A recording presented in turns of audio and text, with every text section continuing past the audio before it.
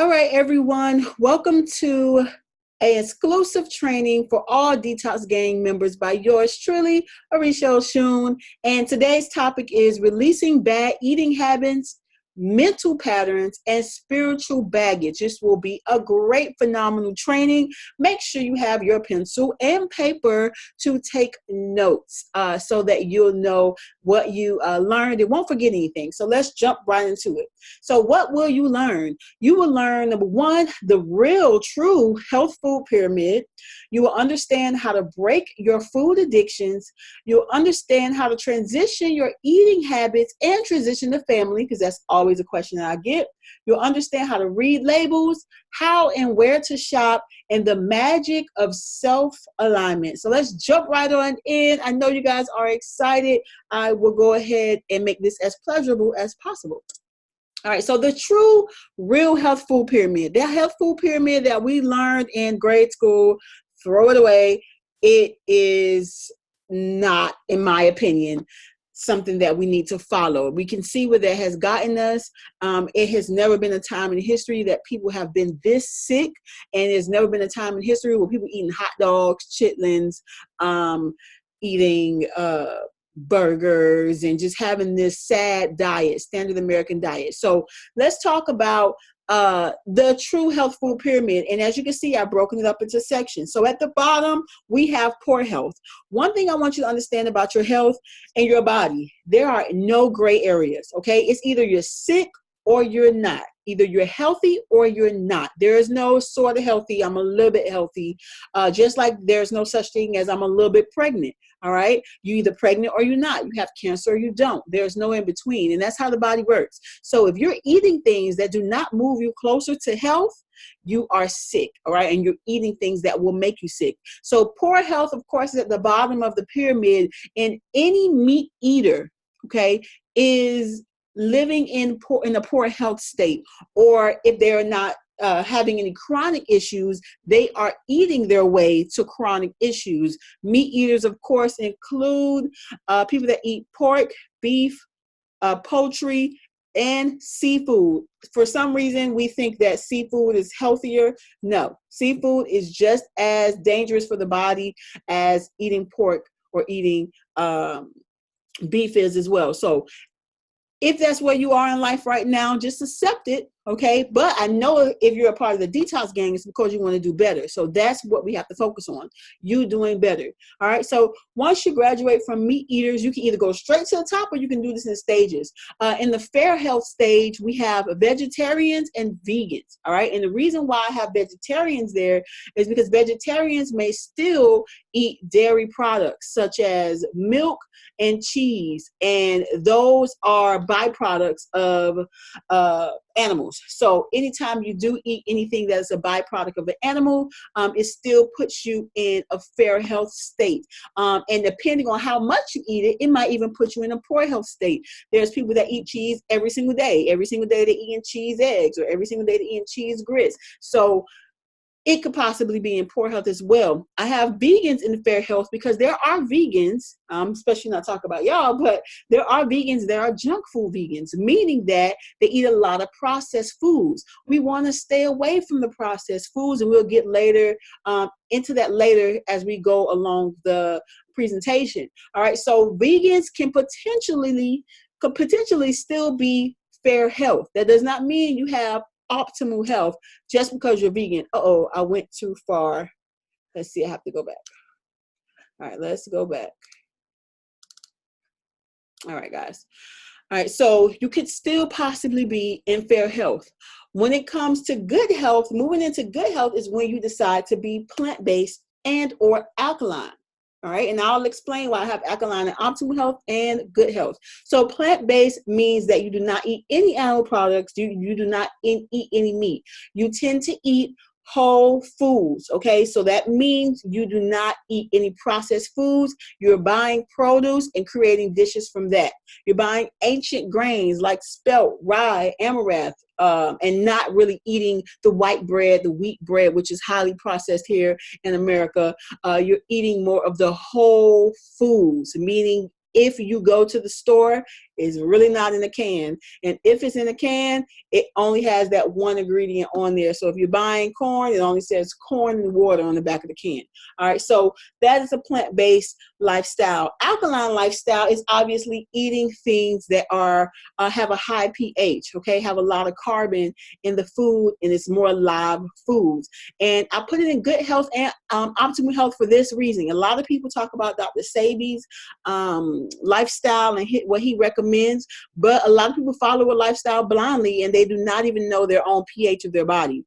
Granted, most of us have an acidic body because we eat junk. We've eaten junk our whole life.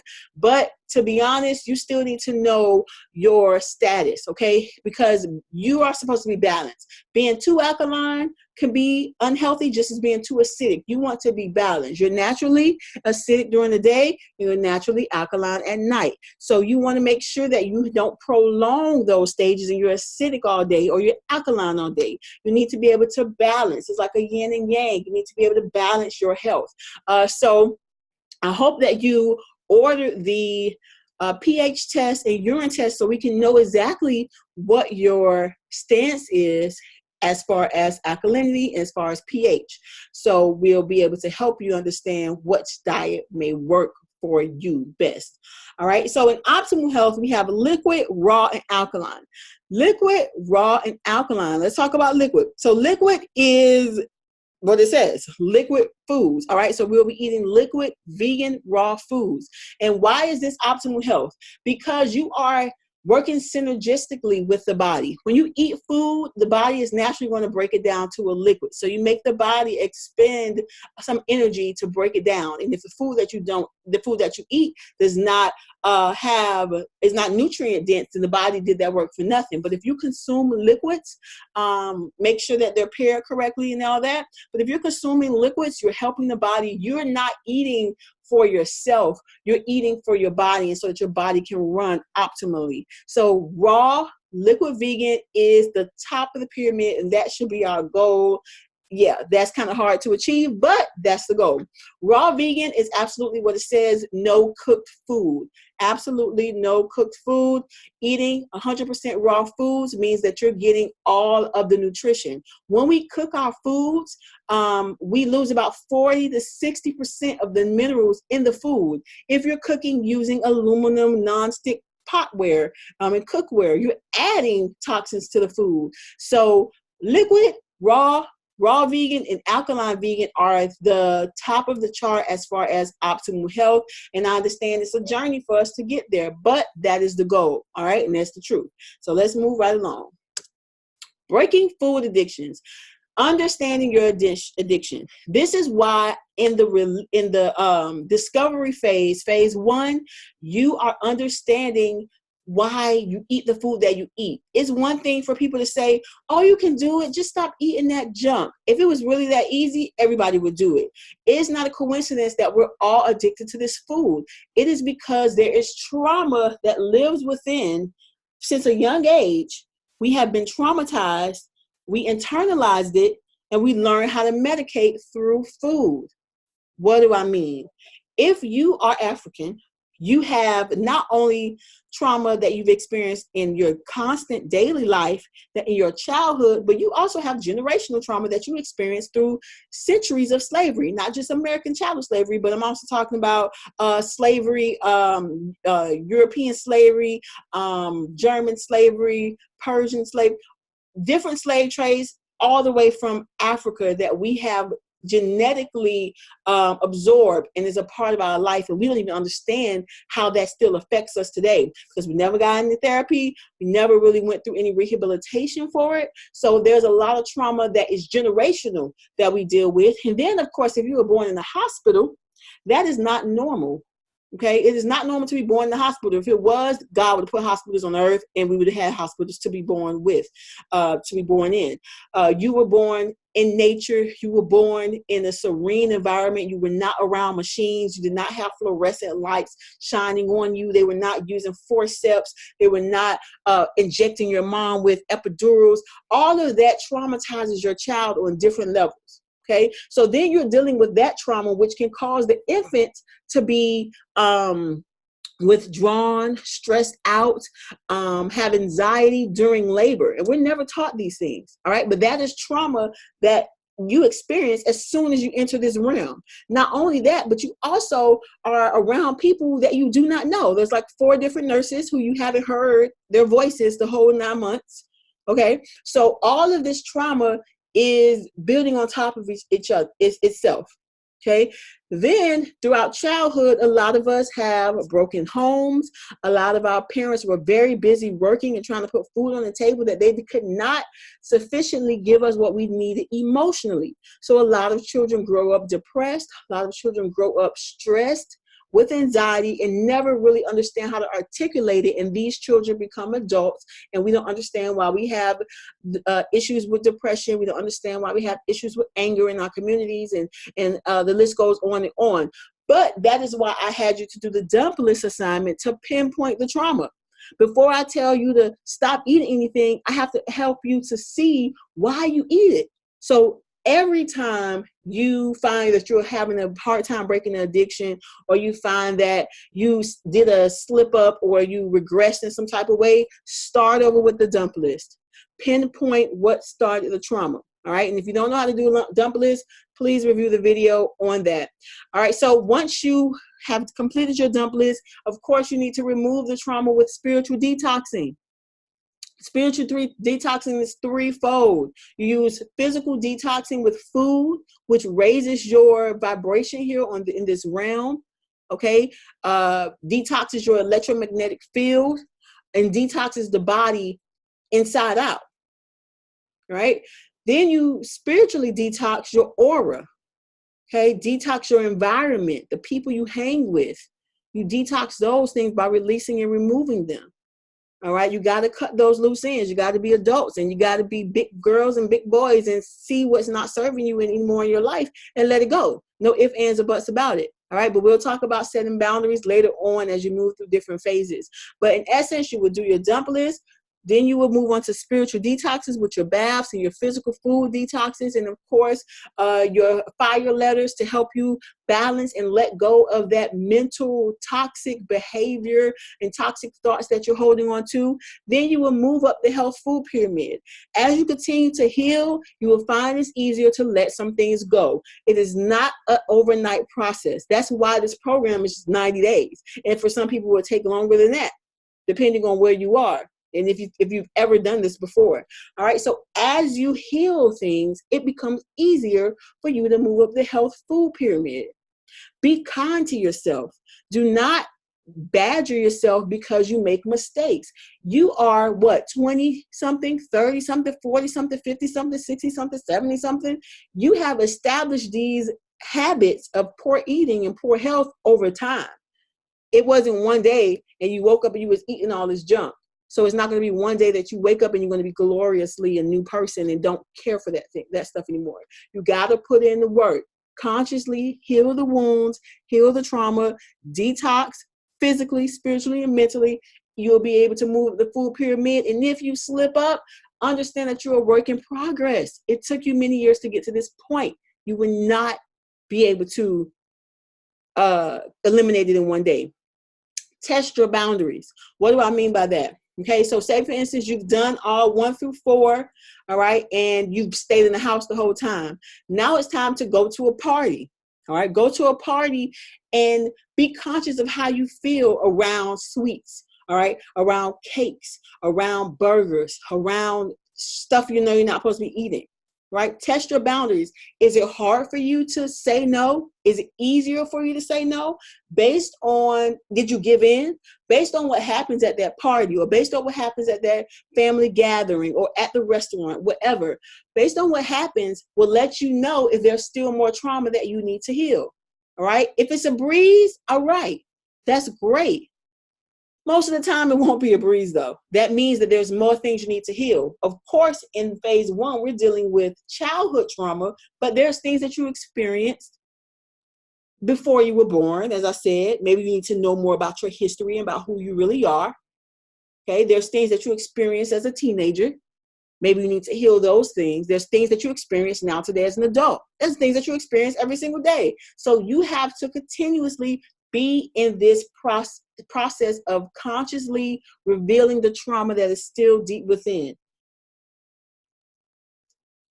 Number 6, educate yourself on harmful foods. The more you know, the more you know. Okay, always educate yourself on new things that's coming out. Educate yourself on foods that you've been eating before, so you can understand how they contribute to your health, so you don't be ignorant and just say, oh, I'm going to eat it because it tastes good. I got to die anyway. But no, this is really killing me. All right. Eating these burgers and shakes really clog my arteries and it's going to lead to strokes. Maybe that's why my uncle, my grandma, my sister had a stroke or had diabetes, dealing with cancers because of how they ate. Educate yourself. The more you consciously make yourself aware of the things that you do to harm yourself, the easier it becomes for you to let them go. Speak about your experiences.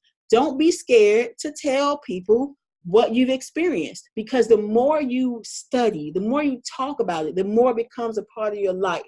It always motivates others. Never belittle people like I'm better than you. A lot of vegans do that. I'm better than you. You're eating that crap. No, that's not what we're about. We're about removing the trauma, because there's always a speck in your eye as well. Healing yourself, educating yourself, talk about your experiences, because you never know who you can help, and motivate them. Let them know we don't expect you to do this overnight, but the more you know, the better you'll do. Okay? You won't have that excuse of ignorance. So motivate other people by being an example.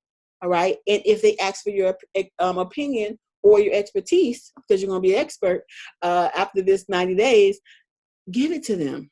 Right? Continue to motivate others so this becomes a mission for you, for your life. Transitioning your eating habits and the family. Again, be the example for your children. If you have adult children that live with you, it will be harder. Of course, it's easier the younger that they are. However, you don't stop. You do not stop. Okay? So we want you to make sure that you be the example for them. Tell them the truth about the things that they eat. Tell them the truth about diabetes and heart failure. Don't just let them go to funerals and people dying and they don't know why. Let them lie at the funeral, but you tell them the truth. Tell them at an early age, because you are responsible for training them in the way they should go. All right. If you're educating yourself, the first people you need to be educating is your children next. Positive and negative options. It will not be a breeze, especially if your children are used to chicken tenders, McDonald's, etc. All right. Continue to give them positive, negative options. Yeah, we can go to Burger King, but I don't want you to have heart failure later on in life. I really would love if you eat these berries, because they will give you life. Which one do you choose? They might say McDonald's. All right. You be like, then you go in depth and making sure they understand what McDonald's means for them.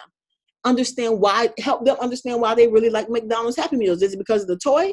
Remember, these people are playing on your emotions, on your trauma to get you addicted to this food. So you got to be real with your children, because they being real with them on them commercials.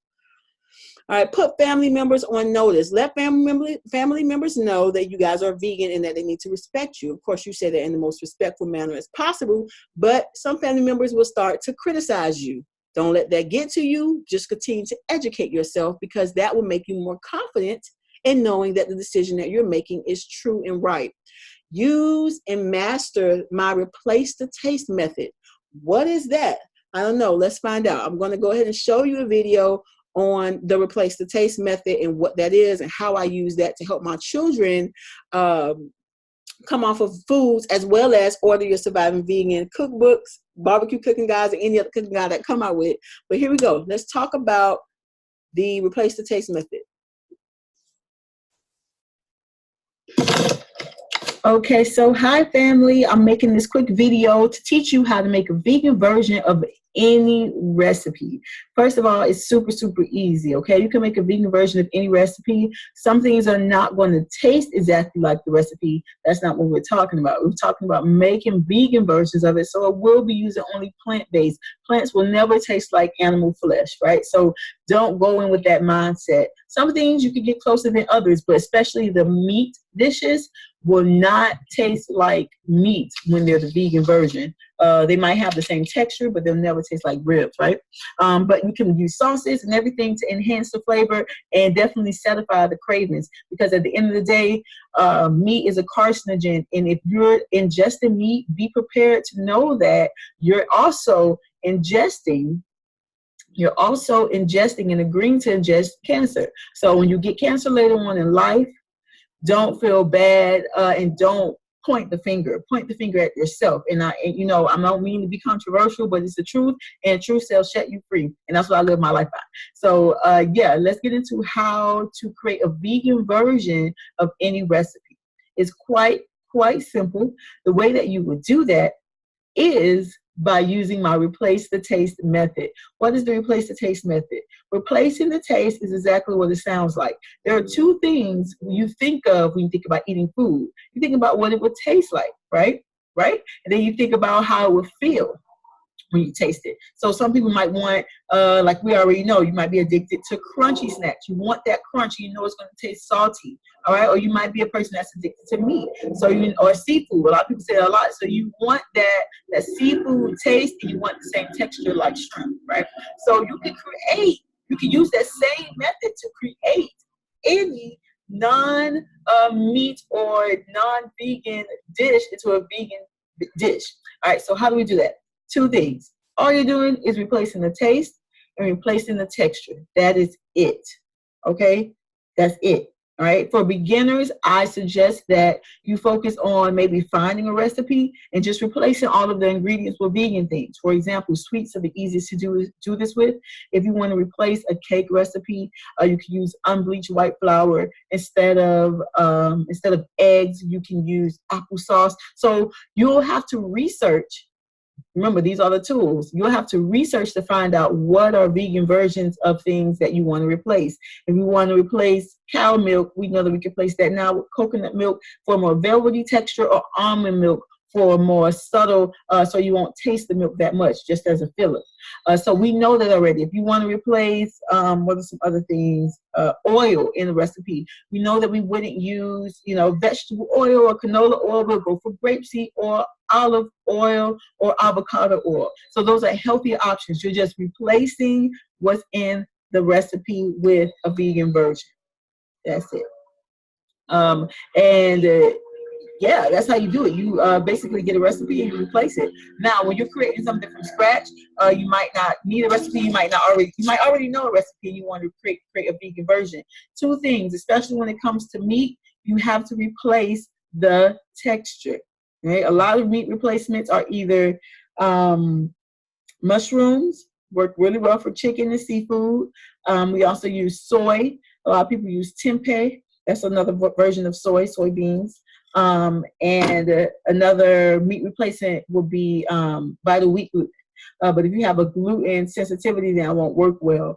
Now, the optimal health version of all of those will be the mushrooms, because they're still plant-based. Soybeans are plant-based as well. However, they are used, it's a very complex bean. It's used in plastic. It's used for cosmetic appliances, cosmetic wear, everything. So I don't really want to eat something that goes into those products, and those products are not plant-based. So I kind of stay away from it. It's not really the most natural, organic, living organism that you want to consume. Mushroom would be the better choice. I didn't like mushroom when I started this journey. Never, ever would I like mushroom.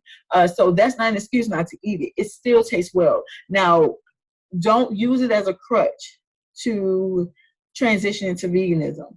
I want you to really detox yourself off of the chicken first and then replace it. You'll be more happy with the results, whether if you just eat chicken the next day, I'm going to say eat mushroom. No, absolutely not. You're going to be like, this tastes nothing like what I wanted to taste like. So you'll go back to eating chicken. But I know that's none of you here. I know you all are ready and excited to make these recipes. So you're replacing the taste and replacing the texture.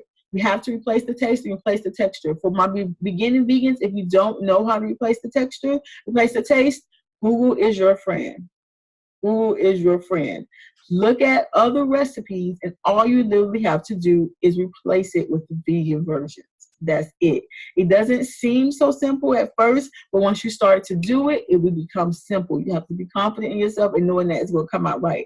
To help you all out, you know that I sent you the vegan vegan cookbook recipes and everything like that. And I'm also sending you the holiday recipe. And I have another little surprise for y'all, which is more like detox recipes. But you're going to get that from me. And I appreciate all of you. We're at the end of the 6-week course, and you all did absolutely well. I look forward to seeing all of your success and how well you all will do. But remember, anytime you want to replace a recipe, you're replacing the texture, then replacing the taste. When you're replacing the taste, you're using your seasonings. You're using your seasonings, okay? So if you want to, replace the taste of seafood, you can use things like kelp. All right, you have to become knowledgeable. So you could literally Google, what's a vegan seafood seasonings? And let's see what comes up. I want to Google it right now. Vegan seafood seasonings. But you can use kelp. Kelp is a seaweed. It comes out of the sea. So, seafood comes out of the sea. So you might look for plants that live in the sea. It's really that simple. So kelp is from the sea. It's a seaweed, and it has a very, very familiar taste when it comes to making seafood. It will make the tempeh taste like fried fish, which is the recipe that's in the cookbook. What did I say? Vegan seafood seasonings. Okay, so what came up is seasonings. How to make vegan seafood dishes without fish. And I actually have visited this site already, and that's why I actually think I got the idea to use the kelp. I don't know, but I think so. So yeah, it comes up. Google will help you out, but you have to know what you're looking for first, and that's what I want to tell you. So you're replacing the taste. When you're replacing the taste of meat, you can use poultry seasoning as long as it doesn't have any preservatives or any chemicals in it. The seasonings are still from nature. So you'll make the mushroom taste even better. You batter it up right, you season. That's how you're going to get through this first year, especially, enhancing your awareness, because that's what it's all about. Once you enhance the awareness, you're going to be addicted to that feeling, and then you're going to push yourself to go even harder. You're going to be contemplating doing 30-day raw challenges, doing a year raw vegan. So push yourself. Get through this first year. Get through this first year of being completely meat-free. All right? Being completely meat-free. Once you do that, you can do anything. Replace the taste. When you're replacing the taste of ribs, you have all of your barbecue sauces. You can do your own barbecue sauce. You can use liquid smoke. Liquid smoke is another good thing that gives it that hickory taste, that hickory feeling and vibe. Add those things to your dishes. Don't get frustrated if you don't know what to Google. Just take a minute. You gotta learn and grow. Learn to grow. Ask the right questions. You'll get the right answers. All you have to know is you're replacing the taste and replacing the textures. TNT, placing the taste and the texture. That's the short little acronym to help you remember. Whenever you want to replace the taste of any recipe, you use TNT, taste and texture. All right? Love you all. All right, hopefully you learned something from that. So let's go over grocery shopping basics. All right, so this is another short little video that I want you guys to enjoy. And I will go ahead and start playing for you now. Make sure you have a pencil and paper. Grocery stores, 70% of the food in the traditional grocery stores are horrible. Literally, when I first became vegan, and I did Dr. Sebi's diet, I was like, what can I eat? I went in the grocery store and I picked up everything that I would normally buy. All of it contained monoglycerides, diglycerides, even the bread. They're putting animal fat in the bread. They're putting animal fat in the canned food. They're adding tons amount of sodium in the food. They're using a lot of pesticides, herbicides, and it's just horrible. Most of the food contains genetically modified soy. Soy is not bad in essence if you can grow it and find organic soy. Obviously, you have to eat it in moderation. But 70 to 80% of the packaged foods in grocery stores have soy in them, have animal fats in them, and it's just no good. Even when you go to the produce section, it's not truly organic. They have pesticides, they have GMO plants there, they have genetically modified foods. Even in the juices, they're putting this stuff in there. So you have to get into the habit of reading the labels, and we'll get into that. farmers market and health food stores only. I know it might be hard in your area, but if you don't know any in your area, then you need to get with me so I can help you find them. Okay, they're there, and I can help you find them. You have to do health food farmers markets. Number one, because most of the time you can negotiate price, and even if you not able to negotiate price, they're about $2 to $3 cheaper on produce than it would be in a regular store. You have to read labels. Reading labels will save your life. Never ever read just the front of your grocery. Okay, never ever read just the front of your grocery. They're going to put the best things on the front. I shop and volunteer at my local food cook. Good job, Marissa. Good job. Where are you? What state are you in? Reading labels will save your life. Things from, I could just throw some things out the top of my head. Jiffy peanut butter, a lot of the foods. You need to understand that the back of it is what's going to really tell you if it's truly nutritious. Okay, Yolanda says she's none here in Vegas. So we need to get together. I have people that I know that are in Vegas that I know that's in, Brooklyn is the bomb. Yeah, they have a lot of things there. But I know people in Vegas that could probably help you. I know one guy who's really, really big on veganism out there. But reading labels, understanding labels. The first ingredient is what they put the most of inside of any product. One of the biggest lies told to us is that all food is healthy. All food in the grocery store is good for you. You have to read the labels. You have to start, if you don't understand what is on the label, you have to Google it. It's going to take you on that first grocery shopping trip. It's going to take you about 2 hours, but it's going to be worth it because it's going to expose a lot of the lies and a lot of the marketing tricks that they do and that we fall for. On the front, it might say, the best organic grown peanut butter, no trans fat, no saturated fat, but you read it on the back, they will put animal fat in it. Anytime you see monoglycerides, diglycerides, things of that nature, they're adding animal fat to our whole foods. They are adding high fructose corn syrup. That is a no-no. You don't want to ingest high fructose corn syrup. You don't want to ingest soy. Okay, because most of the soy in the foods, unless you can find an organic source, is genetically modified. So you have to read labels. What they have, you need to understand the first ingredient. If you're buying black beans, you need to turn it over in the back of the can and just need to say black beans and probably water. If they're adding salt and they're adding all that stuff, you don't buy that brand. You switch to another brand. That's why there's like 30 different brands of black beans, not just because everybody wants to make black beans, but they're different prices because of how cheap they're using to manufacture the actual product. So you have to become conscious enough to know, okay, I don't care about what's on the front. I need to know what's on the back. That needs to be the first thing you read. All right. So if you're buying black beans, if you're buying peanut butter or whatever you're buying, ancient grains, it needs to just say that on the back of the can. Black beans should only say black beans. Doesn't need to say monosodium glutamate, potassium ascorbic acid. You don't need to say all that. You don't need that because those are preservatives to make it have a longer shelf life, and we don't need that. All right. Unless we're in a crisis and that's all we got. But we're not at that point. So reading labels will save your life. The first ingredient is what it has the most of, and it goes in descending order. So the second ingredient is what it has the second most of. The third ingredient is what it has the third most of, and so on and so forth. Read the labels. And I'm actually going to challenge you all, when you get off of this webinar, I want you all to go in your pantry and I want you to pick up things. I want you to analyze the front of the grocery that you have. Analyze the front of the product and just pay attention to the marketing schemes. They'll put the best parts of it on the front. Low sodium, naturally grown something, or premium this. Then turn over and read the back. And if you can't pronounce it, you need to Google it and find out what's really in your food. We have to take control of our health, and I'm going to hold you accountable. All right?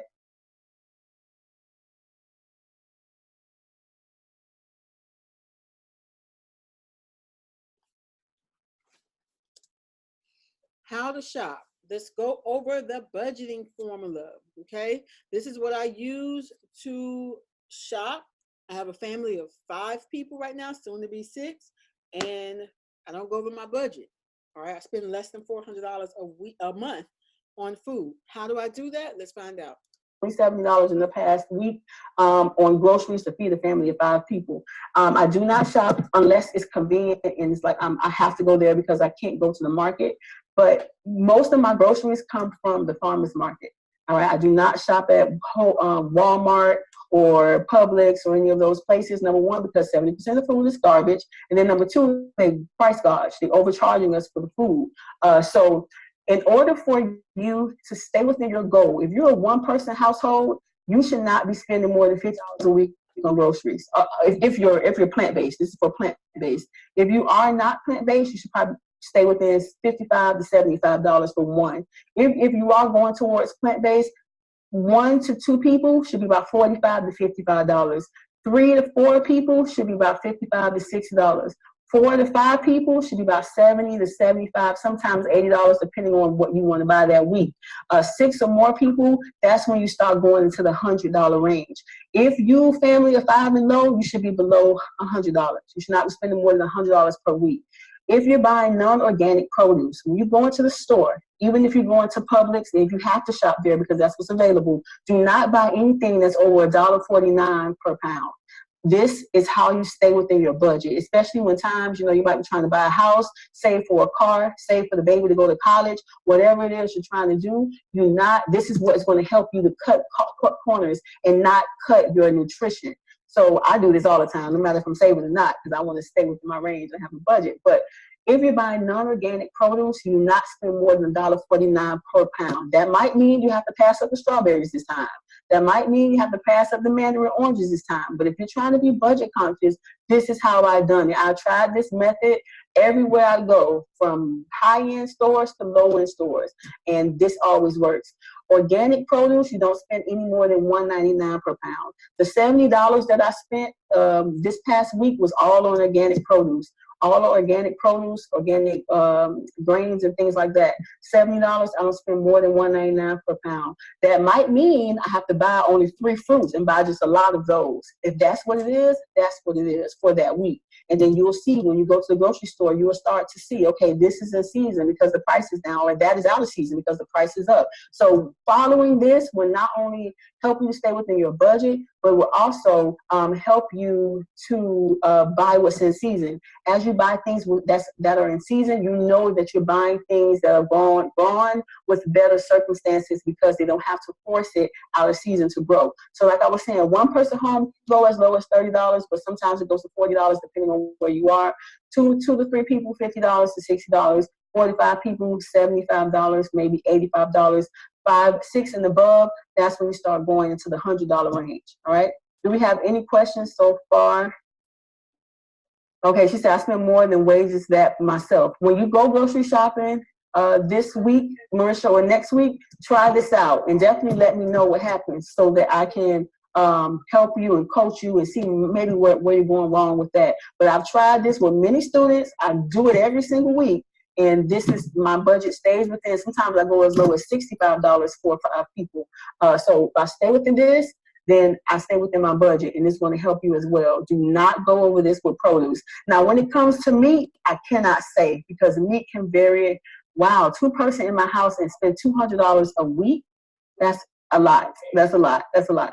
But when it comes to eating meat, I cannot say because it will vary. If you're eating meat, I have to tell you to go with, I don't want you to eat red meat. I'm not even going to advocate for that.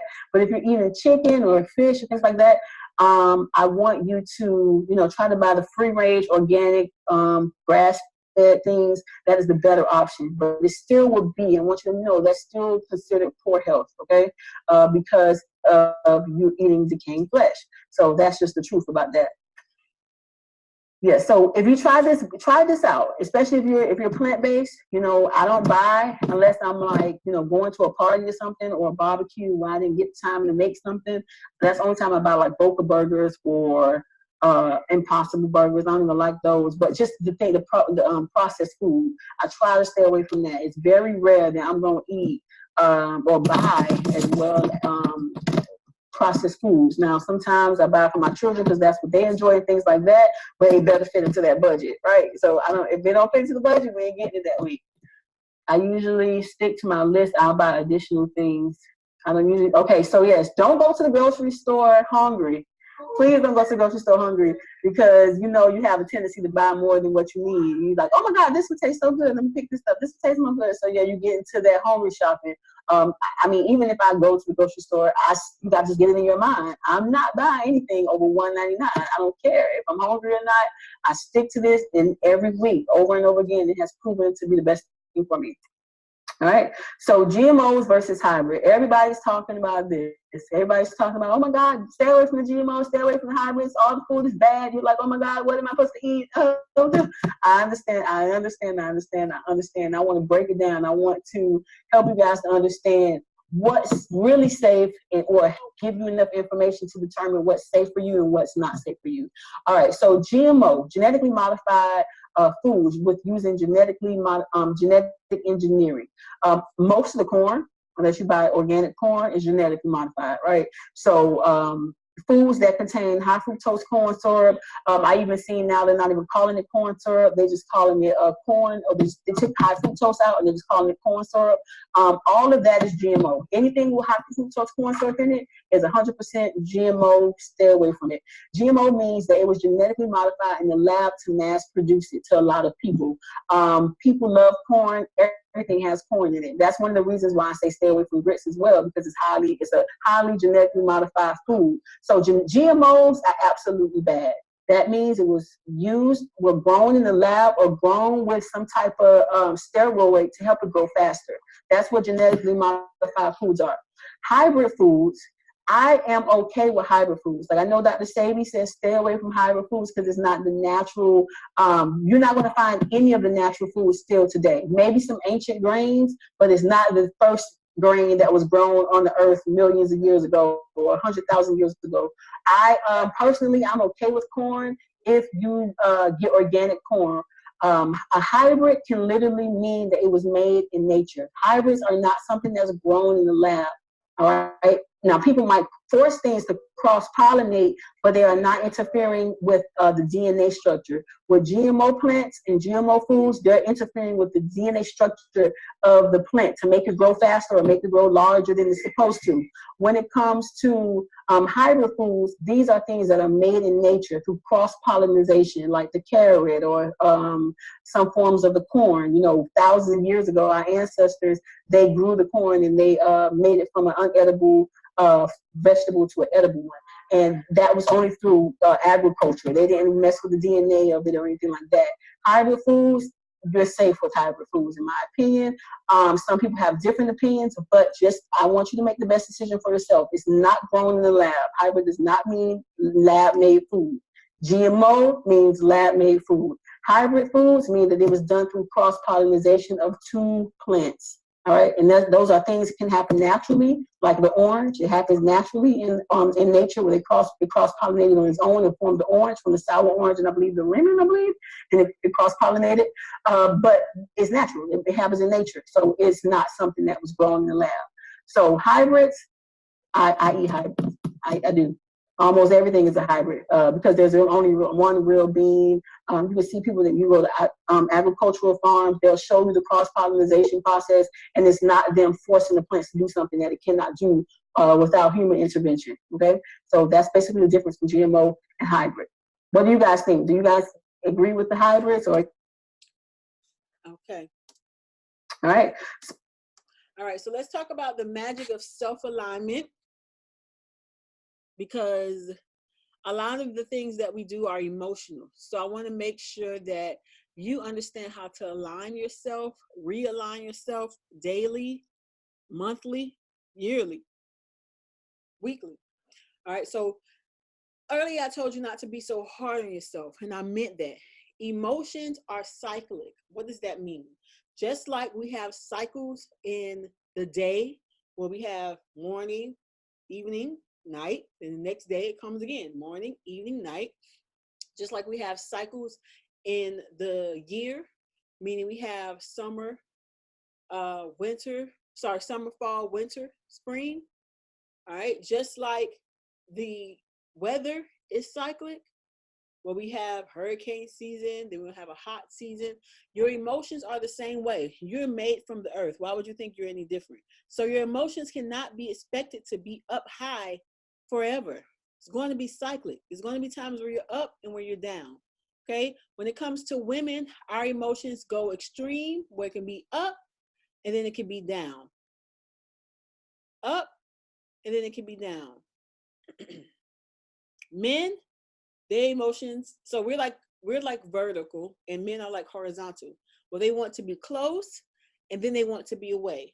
They want to be close and want to be away. There's nothing wrong with you. You should not avoid trying to feel your different emotions. It does become a problem when you let your emotions get away with you, meaning that you notice you've been depressed for 7 days, or you notice that you've been angry for a month at this one incident. That is an issue. That means that you're unstable. All right. So if you want to figure out what's causing the instability, it could be mineral deficiencies. And of course, you should put that on. You should have put that on your health assessment form, or it could be you not being able to connect to yourself, junk food eating a lot of chemicals, absorbing them. All right, so the thing is, it can be on either extreme, but I want you to know that your emotions are cyclic. There's nothing wrong with you if you are angry and then happy and sad. Okay, your emotions are cyclic. You should feel a range of emotions because you're human. All right, spend time in nature. You want to spend time in nature. You don't want to always be closed up in the house or in central AC. You need to get fresh air. You need to connect with nature, spend time outside, do 20 minutes meditation daily. You can do that as soon as you wake up, do 10 minutes. And then before you go to sleep, do 10 minutes.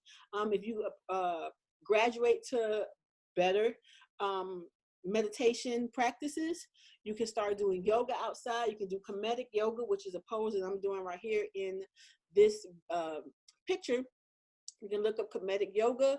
You can also just go outside and sit outside, especially if you're near the water for women, all right, and in dirt and things like that for men.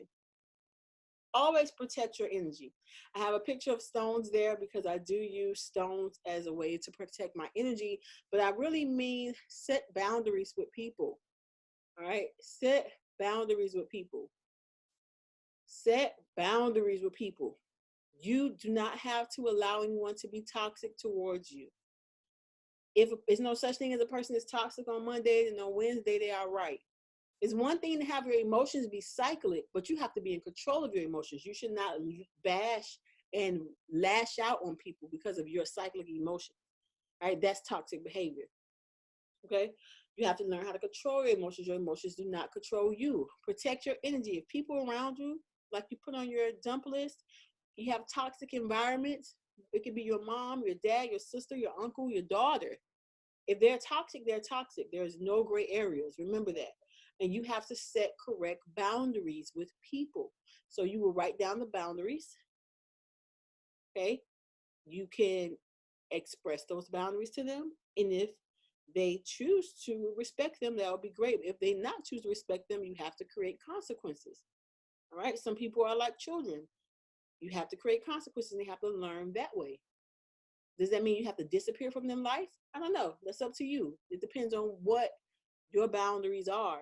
All right. What your consequences include. But you govern your own vessel and you govern your own energy. And it's your responsibility to protect it. Your responsibility to protect it. All right, so what did you learn? You learned the health food pyramid. You learned about breaking food addiction, transitioning your eating habits, and transitioning your family. You learned how to read labels, and you learned how and where to shop, and you learned the magic of self-alignment. The magic of self-alignment is very important in staying consistent health-wise mentally. You want to protect your energy. Talk to people the way you need to. Okay, don't be rude, arrogant. However, don't allow anybody into your energy that is toxic. You gotta stand up for yourself. Can't be allowing people to run all over you just because you love them and they're not doing better with their life and you're trying to move forward. Might be time to cut them off, set them boundaries, and have consequences for them. So hopefully you learned something this training. It was a pleasure as always. And I will see you guys in the funnels, in the portal. Enjoy Detox Gang.